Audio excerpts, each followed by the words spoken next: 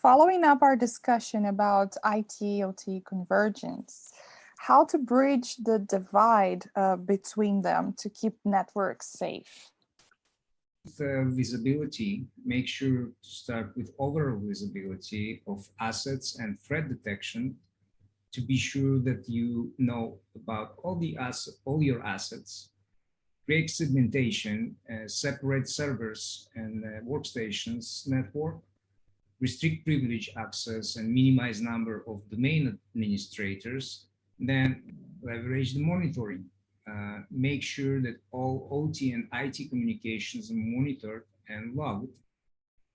Verify incoming connections to your network.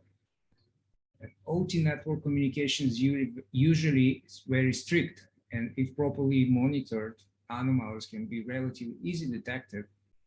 Check continuously for vulnerabilities on all your equipment and workstation. Have maintenance procedures to patch and fix vulnerabilities. Have response plan with backup and restore. Practice cyber attacks and cyber investigations.